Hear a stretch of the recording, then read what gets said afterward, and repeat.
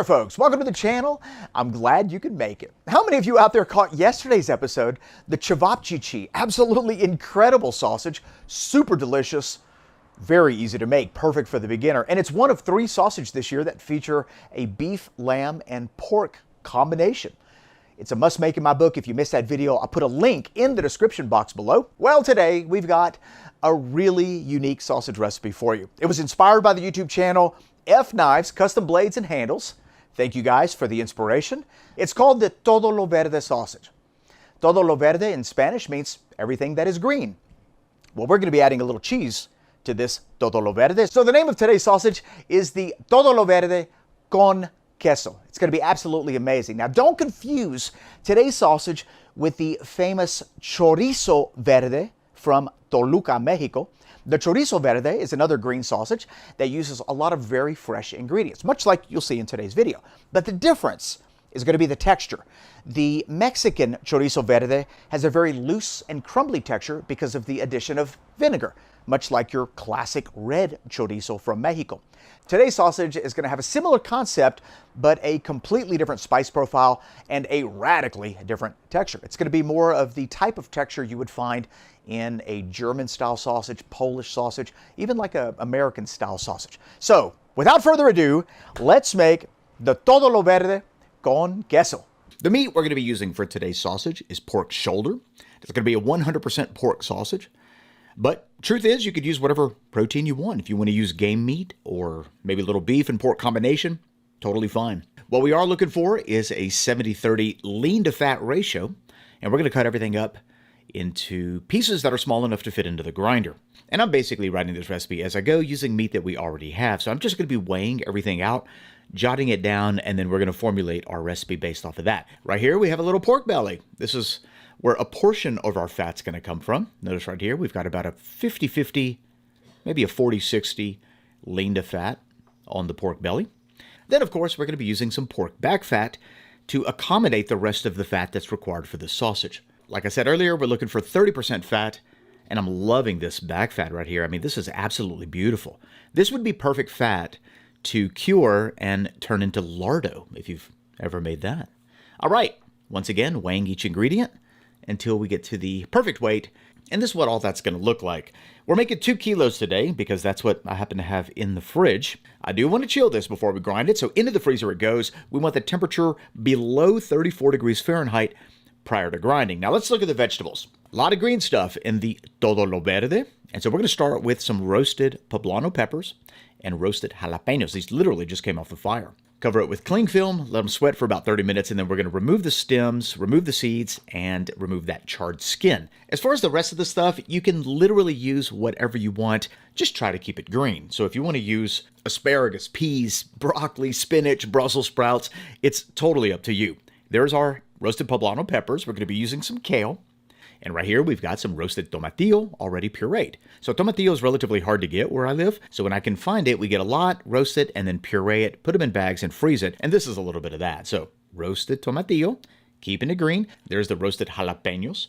Over here, we're going to add a very light citrus element. We've got lime zest we're going to throw into the mix. And there's some cilantro, some green onion tops. I've got a little celery, just one little piece of it, and then some parsley, fresh parsley. All right, the exact quantities of each one will be found in the description box below. And all we're going to do is take 100% of those green ingredients, throw them into a blender. Now there's the jalapenos. Let's not forget about the tomatillo. Excellent. And then, of course, the lime zest. We're going to blend this until it's a very smooth puree. It's going to be a little thick, but I don't want it to be chunky, right? So blend it until it's smooth.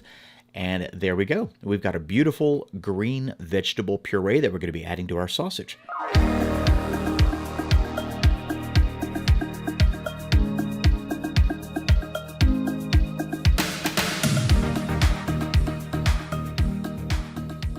Let's look at the rest of the ingredients, starting with salt. We're also going to be adding a little savory, optional ingredient, but this is a flavor booster. Enhance the complexity, the umami of this dish. We've got black pepper, cure number 1.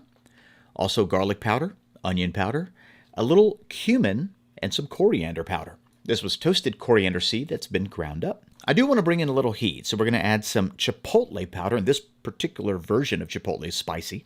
Dried oregano, and I couldn't find fresh oregano, so we're using dried. and then, of course, some cayenne pepper. All right, so this should be a nice and spicy, very fresh-tasting sausage. We are going to be adding 4%, a little bit higher than normal, of high-heat milk powder. I've got some high-temp mozzarella cheese, and we're going to be adding about 10% of that. And then, of course, we've got our vegetable puree.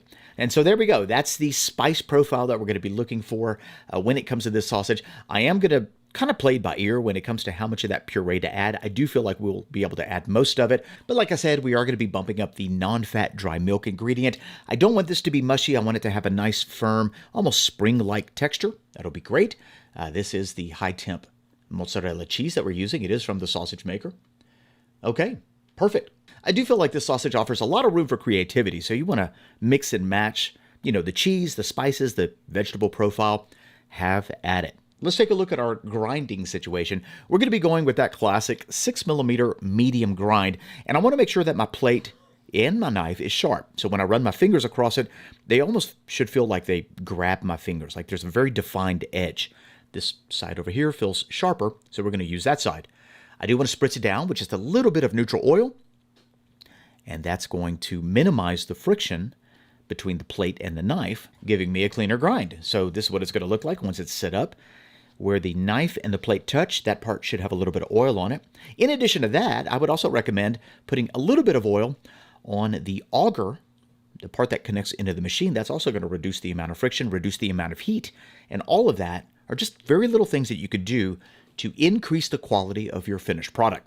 Okay, we're going to set up our grinder. This is the number 12 grinder from the sausage maker, in case you were wondering. Our meat has just come out of the freezer, and it's under 34 degrees Fahrenheit. Let's grind it up.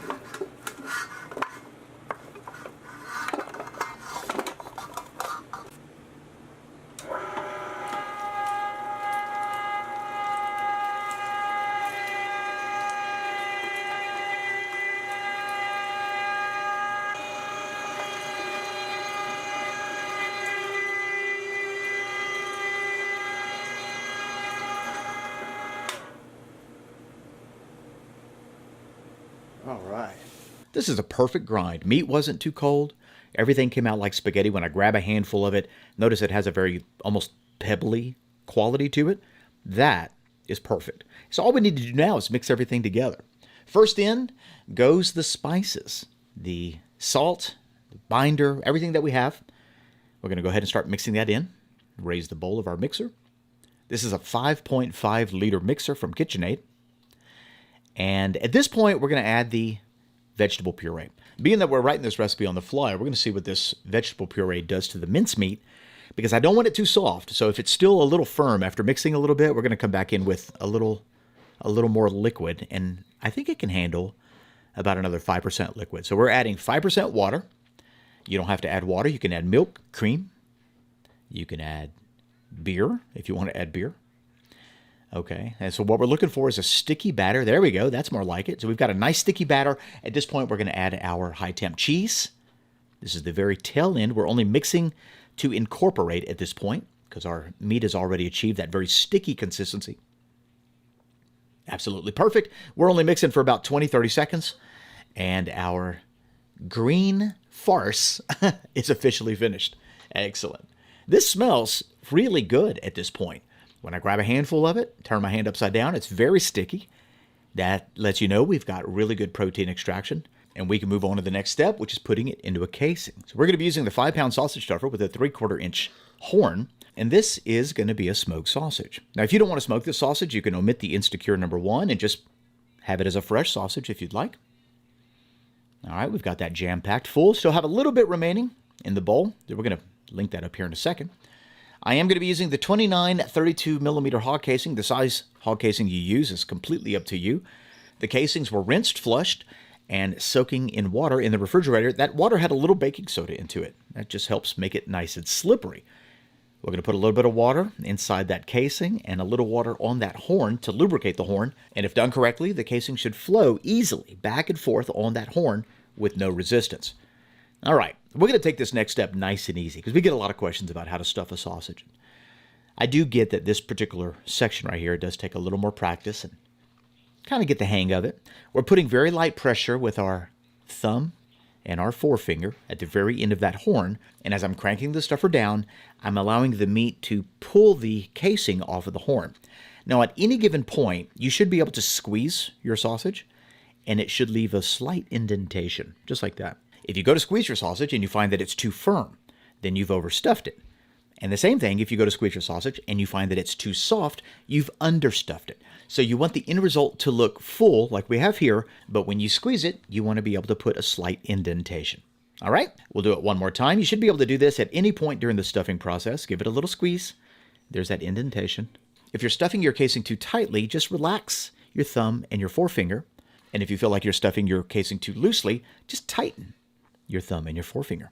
And it does take a little bit of practice, I get it. But after a couple of tries, you'll start to get the hang of what you're looking for.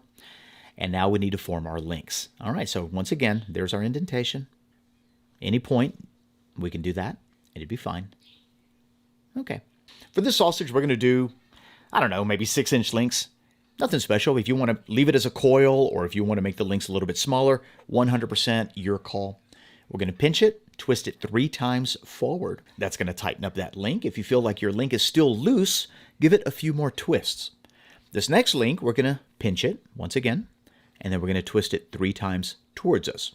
So in this method of forming our links, we're going to be using the alternating direction. This one goes away from us, this one goes towards us, and we're going to do that until we're finished. A lot of different techniques when it comes to linking your sausage. Find the one that you're comfortable with and master it. After we've linked our sausage, I'm going to prick it with the sausage pricker. I'm looking for any air pockets. Give it a prick all over, and then we're going to place this into the refrigerator overnight. We do have a lot going on with the sausage. First of all, we've got cure number 1. We want that to do its job. We also have a beautiful spice profile, a vegetable puree, and a lot of those flavors we want to marry. So into the refrigerator it goes basically overnight. 8 to 12 hours is fine. You can let it hang out in there longer. And then tomorrow we're going to pull it out and begin the cooking process. Okay, we're going to be smoking these in our number 4 Smoke It at Smoker. This is a convection digital smoker, and here's our links. Now, if you pay close attention, you can see that the links are starting to dry out. These have been on the counter for 30 minutes or so. So the outside is dry, but the inside is still a little glistening right there when I run my fingers on the inside of the sausage. And I want the link to be completely dried, both inside and out. So what we're going to do is get a temperature probe set up, and then we're going to dry these links completely before we actually begin the cooking process. So this is the sausage temperature probe that hooks up to the back of the smoker. And that's going to come in incredibly helpful here towards the end of this cook. So we're just going to set that up and then leave the door ajar just a little bit. As far as the smoker goes, I'm going to turn it on and then cut the fan on to about 30 or 40%. We're just going to get some airflow going inside the smoker. You can turn it on 100%, just like that, if you want. But I normally don't. I usually keep it around 40 to 50%, both for the drying and the cooking. And I know a lot of you right now are picking up convection smokers from Smoking It with the sale they've got going on for Celebrate Sausage. So in a later video, we'll go into more depth about how to use one. Let's look at the cooking profile for this digital smoker. Step number 1, right now the door's ajar, smoker set to 100 degrees Fahrenheit, and it's going to go there for an hour. This is simply to dry the sausage. No smoke is being applied. Step number 2, which automatically happens, the smoker is going to go up to 125, and it's going to hang out there for an hour. And then step number 3 is going to happen at 150. It's going to hang out there for an hour and a half. And then it's going to automatically bump to step number 4. This is where the temperature probe comes in. It's going to go up to 170 degrees Fahrenheit, and it's going to hover there until the internal temperature of our sausage gets to 145 degrees Fahrenheit. At which point, the final step, the temperature is going to back down to 145, and I've got it set to hang out there for an hour. This is basically just a warming step. This ensures that the sausage is properly pasteurized, that I don't overcook my sausage in the event that I'm not home, and honestly, I only leave it in there for about 10 minutes, and then I pull the sausage. So that's how we're going to be cooking this. The recipe link in the description box below will have different smoking options in the event you don't have a convection smoker, but it looks like our sausage is now dried. And we can now proceed with the second step, which is apply smoke. And the smoke that we're using for this cook is a combination of hickory and apple. Use whatever you have, your favorite smoke wood. Our convection system is still running at about 40%. Notice right here that air circulation is moving around quite nicely. All right, let's lock it down and let this cook. Now we are going to be smoking this a little more aggressively than we normally would. So I want that steady stream of smoke through the entire cooking process. We want a heavy smoke for this sausage. And right as I started cooking these, we had a little storm come through.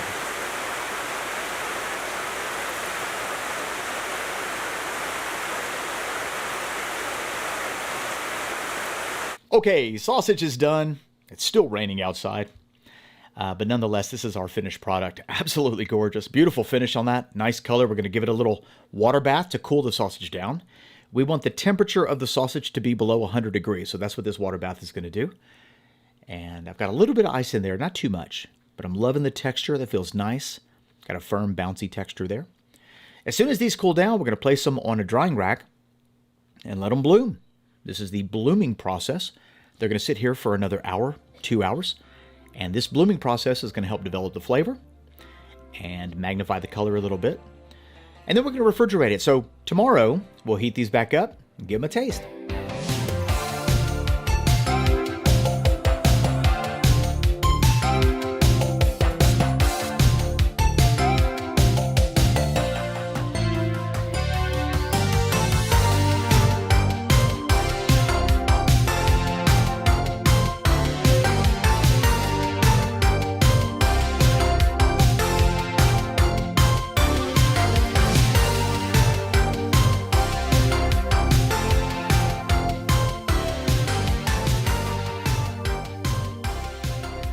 All right, guys, we've got the Todo lo Verde con Queso Sausage.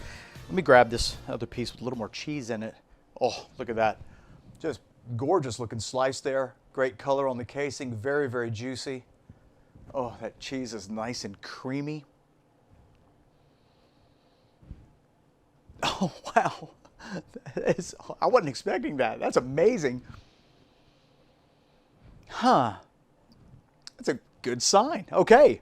Let's go in for a bite. My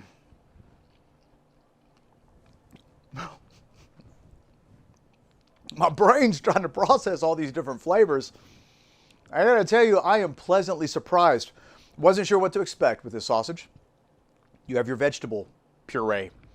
A lot of different flavors going on in there. The poblano, the jalapeno, the celery. And then you have the very interesting spice profile. I will say that it is a spicy sausage. You know, the addition of cayenne pepper, chipotle powder. Really, those two elements are bringing the heat. Jalapeno's been deseeded and deveined, so not so much with the jalapeno. So if you're not into spicy food or spicy sausages, you might want to omit or tone down both of those ingredients. I personally think it's working for this sausage. I do like a nice spicy sausage. It's definitely not overwhelming, but it's certainly not low-level heat. You can tell this is a spicy sausage.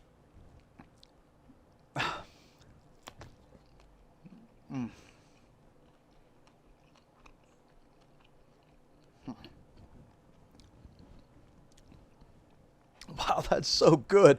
That's so interesting because I was expecting the vegetable puree to stand out a little bit more, but I actually get the sensation that it's pretty well balanced. Outside of the spice level being a little bit higher than, you know, some of our other spicy sausages, the overall flavor of the sausage is pretty delicious. I got to go in again.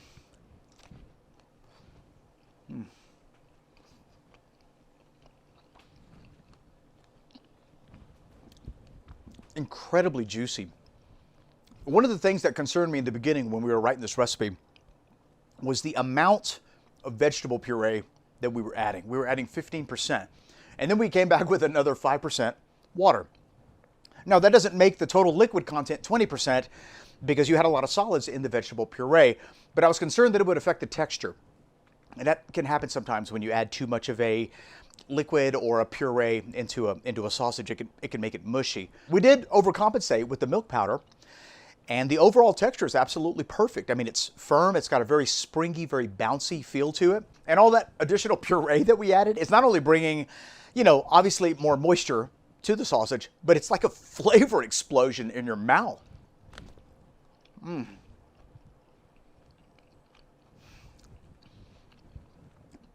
Love the smoke. Compared to some of the other smoked sausages that we make, we did smoke this pretty aggressively, and I'm digging it. Absolutely delicious. Another thing that I'm digging is the addition of mozzarella cheese. Now, we used high temp mozzarella cheese.